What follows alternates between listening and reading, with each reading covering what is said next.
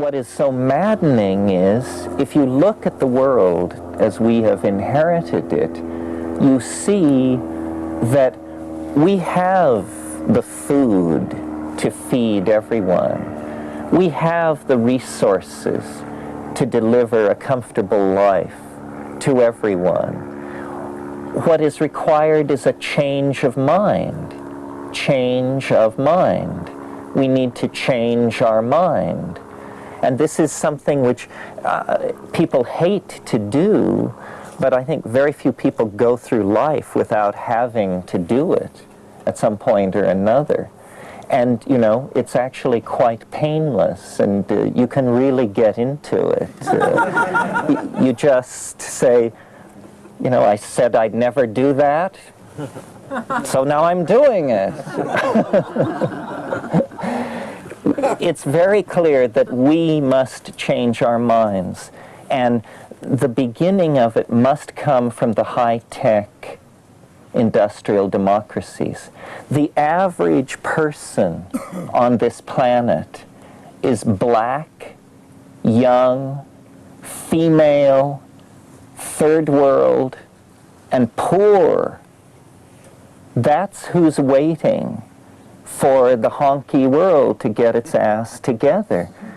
And we are at the top of a very narrow cultural pyramid that has been tolerated only restlessly to this point. And as a global informational culture begins to take place, people are finding out what the score is. And so it becomes incumbent upon everyone to change their mind. And this is understood everywhere, in the corporate boardrooms, in the military planning centers, everywhere. The question is, how shall we change our minds? Shall we turn ourselves into a Ken and Barbie society of consumeristic robots, unquestioningly following some boiled-down ideology that is essentially one of unquestioned loyalty, unending consumption, unending toleration of stupidity? This is one point of view. It's a point of view which fears people. It's an aristocratic, oligarchic point of view. The notion that, you know, the mob must be controlled, if not opium, television, if not that, pornography. Always holding human nature at bay, seeing it as something which, if ever unleashed, would roll over the more delicate sensitivities of a master class. Or can there be a return to partnership, a return to work on what has been spoiled by the father, which means internal work on the misogyny which is inherent in the most self-congratulatory and enlightened bastions of the New Age, you bet your booties. A world where there is a sense of global responsibility, a sense of a family, a sense of obligation to ourselves as a tribe, and then secondarily to the environment in which we have placed ourselves. We inherit the hopes and fears of 1,000 generations of thinking ancestors. There is a mystery embedded in the destiny of this planet. This is not business as usual. And history does not stretch out across the centuries of the future. It isn't like that. History is the generation of a process of singularity. It is anticipated in the magical flight of shamanism, in the philosopher's stone, in alchemy, in the flying saucer of modern syncretic religion. It is this anticipation of a tool-making intervention into our own fate that springs from our own inner resources. This is why the shaman is related to the smith, because we are literally attempting to forge the cauldron of our destiny, the container of our post-historical fate. The image of the cauldron is the image of the maternal womb. We are apparently some kind of information replicating process embedded in biology, but transcendent to it, and only transiently, in terms of historical time, only transiently can we do business with biology. This is why history is like an enormous leap over 25,000 years from the cave paintings at Lascaux, the Venus figurines, the first flutes, to, departure into our own imagination by having created a kind of hyperdimensional electronic coral reef, extraplanetary, interiorized, exteriorized post-historical culture. It's going to happen one way or another. Either that, these are our best hopes. Our worst hopes are simply Armageddon, plague, disease, and pushing things back to where they were before the last ice age. I don't relish that. And I think that shamanism is essentially an anticipation of this project of care for the planet. It is ecology, it is partnership, it is sensitivity to the flowing current of the Tao, it is an awareness of the frailty of the human vessel, and yet a simultaneous awareness that the transcendental mystery in its utter transforming splendor somehow cuts tangential through the low section of being that we represent. This is what all religions, all esoteric traditions teach, but they have taken it and used it to their own purposes. All these traditions can be traced back to the worldwide shamanism that spread over the planet as the last glaciers melted. And it is a tradition, I believe, of actually anticipating the future, of actually accessing information that is drifting back through time from a final apotheosis of human becoming, that whatever it is that is loose in us, it creates its own self-images over and over again. That's what civilization is. Technology is the shock wave that follows upon the revelations of language. As we say it shall be, so it becomes, and then we become what we have created.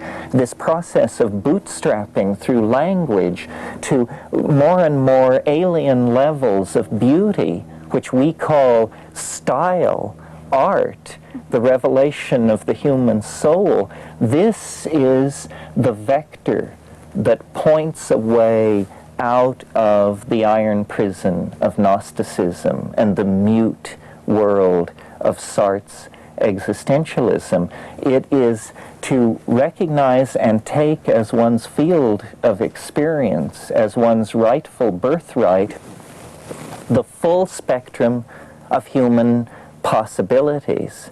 So, it's only been in the last 100 years that sexuality could even be dealt with as a theater for human self-expression. The Victorians put pants legs on pianos.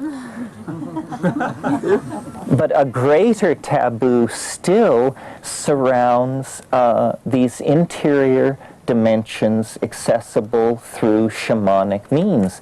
And I think the prohibition against knowing the true size of the universe, which is what this is, stems very simply from the fact that all societies have run their little crap game based on getting you to buy into the idea that they knew what they were talking about. And here, right next door, exhibit 1, nobody knows what they're talking about. Nobody has anything to say face to face with the reality of shamanic ecstasis. I mean, your jaw hangs in the wind. You have to control yourself to not just fall to your knees with tears of joy streaming down your face. And you know then that in the watchtowers and on the bridges of human civilization, there ain't nobody home. They're all just making it up. I mean, rich people con the rest of us by claiming they know what's going on. And this apparently has always been the game. So a shaman knows better. Shamans have cut through to a more authentic level of being. It's outside the language web, outside the culture shell, and it literally is another dimension. It's a dimension about which we know absolutely nothing if we are the prisoners of culture and language. I'm sure many of you have heard me say, a child comes into the world, and the world is, as William James said, a blooming, buzzing confusion. And then things are isolated, a bird on the windowsill of the child's room, and the child, through a great effort of focus, conveys to its mother that it wants to know what this is. And the mother says, "It's a bird. It's a bird, baby." So then this scintillating, blue, self-transforming, flying, glittering, glowing thing becomes instead a word. And all of reality, by the time you're 8 years old, is papered over with words. Everything has its own explanation. This is a tree, this is a microphone, this is dirt. And what this is a patina of unfeeling, a way of neutralizing. Someone said language was invented to lie.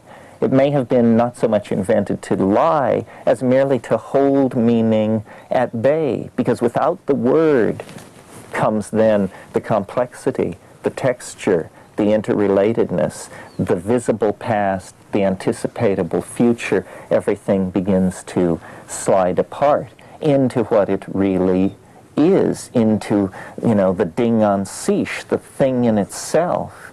And this is apparently what culture mitigates against. We find it hard to do business with each other in large numbers unless we get this problem of the mutability of reality nailed down pretty early and get some specialists lined up who then work on it, and the rest of us can do our trading and farming unimpeded. The problem is it's too late for business as usual. We are now in a state of planetary crisis. We must find a way to make a magical flight to another dimension. We must part somehow from the momentum of history, part somehow from the egocentric, megalomanic dreams of the dominance of nature that have characterized Western civilization. And instead, we have to relax and find our way to the Tao. And my conviction is that it lies in unleashing our creativity. That if we could lose our fear of the mind, of the imagination, if we could say, you know, not one cultural innovation per decade, but 100, and then 1,000, and then 1,000,000. We are poised to become whatever we can imagine.